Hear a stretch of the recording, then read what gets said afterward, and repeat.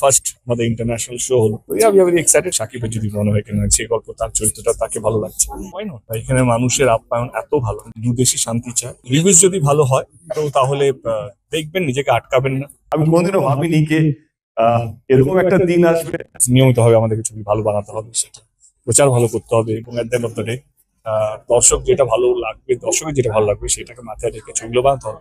খুব ভালো, তোমরাই তো দেখতে গেছো খাদান টু, ডেফিনেটলি দেশ থেকে, আহ, বাইরে থেকে, এবং ফার্স্ট আমাদের ইন্টারন্যাশনাল শো হলো, এখান থেকেও খাদান টু নিয়ে যেভাবে আওয়াজ হচ্ছে বা যেভাবে চাইছে দর্শক, আমি very excited. I am sure যে ইনশাল্লাহ ভালো হবে।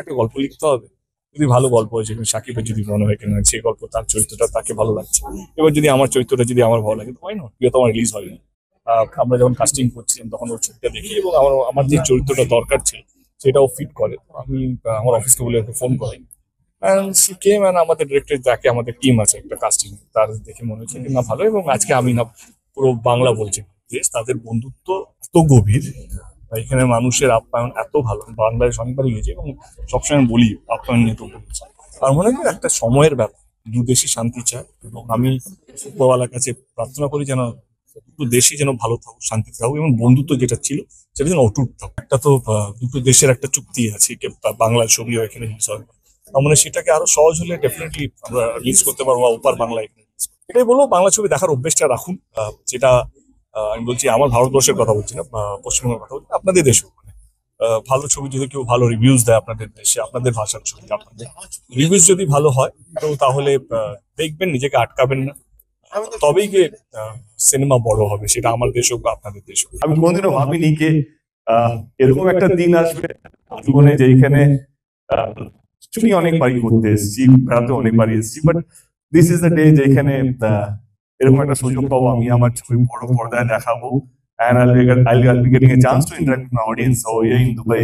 So it's a big thing. আমি জানি আপনাদের জন্য এটা অনেক important day, but believe me, আমি এখানে জিতে গেছি কারণ এটা আমার সবচেয়ে বেশি ইম্পর্টেন্ট ডে, বাংলা ছবির জন্য অনেক কথা দিলাম দুবাইতে আবার প্রিমিয়ার করবো রঘুনাথের মাধ্যমে। তারা যেটা শুনতাম বলকে বাংলায় সব জায়গা খুব ভালো চলেছে, বাংলা শুধু ভারতবর্ষের সব জায়গায় চলেছে, তো আমাদের প্রচেষ্টা ছিল কিভাবে আমরা বাঙালির কাছে যারা বিদেশে থাকেন সেখানে কিভাবে আমরা পৌঁছবো। বাঙালি যখন বলছি শুধু ভারতবর্ষের বাঙালির কথা বলছি না, বাংলাদেশের বাঙালির কথা, সব কথা বলছি। আমি চাইছি খাদানটা যেন সবাই দেখুক, সবাই এনজয় করুক, সবাই ফিল করুক না আমরাও পারি, আমরাও অন্যান্য ভাষা যেভাবে রুল করছে আমরাও পেরেছি, এবারে আমরা নিয়ে যেতে চাই। তো তার জন্য থ্যাংক ইউ জানাবো সুদীপ্তা, রাহুল এবং মিস্টার স্টার্টারে যিনি সত্যেন বাবুকে, থ্যাংক ইউ সো মাচ এরকম একটা সুযোগ করে দেওয়ার জন্য, এবং আপনাদেরকে সবচেয়ে বড় ধন্যবাদ, কারণ আপনারা শো হতেই পারে কিন্তু শো দেখার জন্য দর্শক তো চাই, আপনারা সেই দর্শক যারা এইটাকে একসেপ্ট করেছেন, এসছেন আমাদের প্রথম দিনে, তার জন্য হাত জোড় করে আপনাদের প্রত্যেককে ধন্যবাদ। ভালো থাকবেন, আর বেশি বাড়লাম না, ছবিটা ভালো লাগবে আশা করি। আমি শেষ অবধি থাকবো, ছবিটা দেখার পর আবার আলোচনা হবে, কেমন লাগলো আপনাদের রিয়াকশন নেওয়ার জন্য অধীর আগ্রহে বসে থাকবো। বাস এইটুকুই।